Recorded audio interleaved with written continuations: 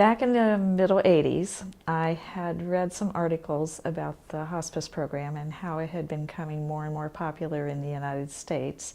And I thought, wow, this is something I might be interested in.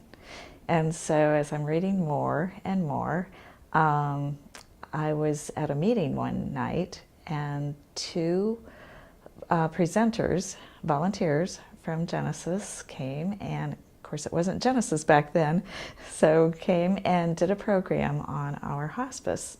And I thought, wow, this is what I want to do. So there were a lot of different things that one could do as a volunteer, and I thought, I'm going to sign up for this. I think that I have grown a lot personally. I've much more outgoing in things because of the different things that I've done at hospice. I've learned a lot about the hospice program. I've become more of an ambassador for hospice, and I think all of that is important. And I try not to think that this is about me, that even though I get a lot out of it, it's not about me. It's about what joy can I bring other people. What I mean by joy for the hospice patients and their families is I am one of the hospice clowns. And so therefore, it is a joy to go into these rooms, to be able to make someone smile or get them to smile, tell them bad jokes, tell them good jokes. It doesn't matter. We play our kazoos, they smile. And so it's just, that's where the joy comes in a hospice program where people wouldn't normally think that. So I had gone to a statewide volunteer conference for hospice volunteers, and there was a group there that had a hospice clown group. So I went back and talked to our volunteer consultant at that time and said, we need clowns. So it took a few years, but in 2000 we went to a training session, 4 of us. And I'm the only original one left, but there are 4 of us that started out, and we've grown. Some have come, some have gone, but it is just one of the most rewarding things that I can do. There are so many ways you can help out. If you are comfortable with being with patients, you can go to their homes. Sometimes we offer respite care so that the caregiver can get away for a while. Maybe they have an appointment, maybe they have a special program they want to go to, maybe they need to go Christmas shopping.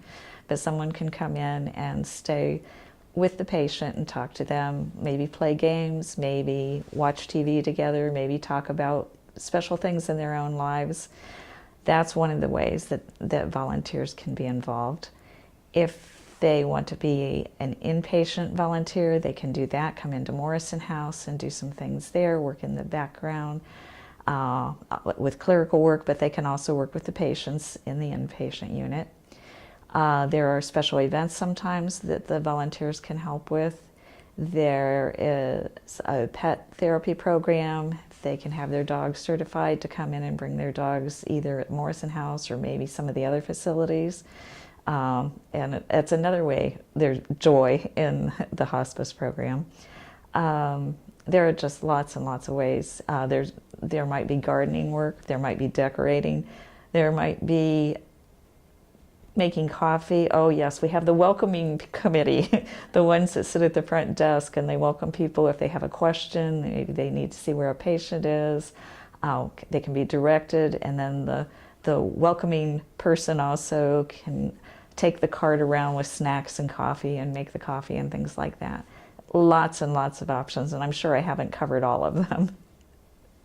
I think what's most impressive about Genesis Hospice, for one thing, is our facility, our Morrison House, especially with the remodeling that they did a few years ago.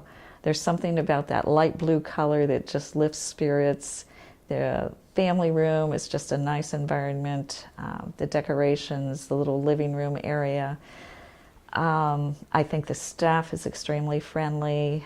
I think the other volunteers are just wonderful, and to see what all they do. I think they really try to, the whole Genesis, the staff, the volunteers, everyone, I think they all try to make the patients feel like they are important, that the family is important, that every aspect of it is important. Hospice volunteers are important because they are able to really do a lot of things for the family members, for the patients, to have that one-on-one discussion with a patient. Maybe they don't get to see a lot of people if they're confined to the house. I think they are wonderful for being able to give respite care to the caregivers, to give them time to be away. I know one time one of the clowns and I went out to deliver a balloon bouquet, and she had already been sitting with this patient one other time on a different occasion. She says, "I was here last week, but I didn't look like this." And as a matter of fact, this lady had asked for her again to come sit. So that relationship is there.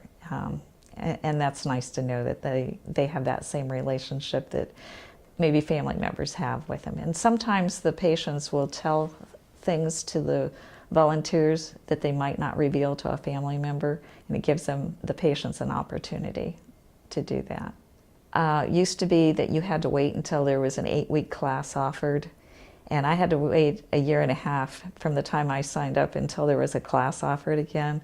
Well, this is great because now there's one-on-one with the volunteer consultant, and they can do the orientation in a couple of different sessions, and then they can also maybe shadow someone who's in their same field that they'd like to be helping in, and they are basically in orientation until they feel they are comfortable on their own. I think that if a person has just a little bit of a desire to be a hospice volunteer, I think the person should go ahead and take that first step and at least explore, find out, maybe start the orientation training. Nobody's going to say, "Oh, no, you can't drop out," but at least try and see, because again, people might find something that they had no idea they could do.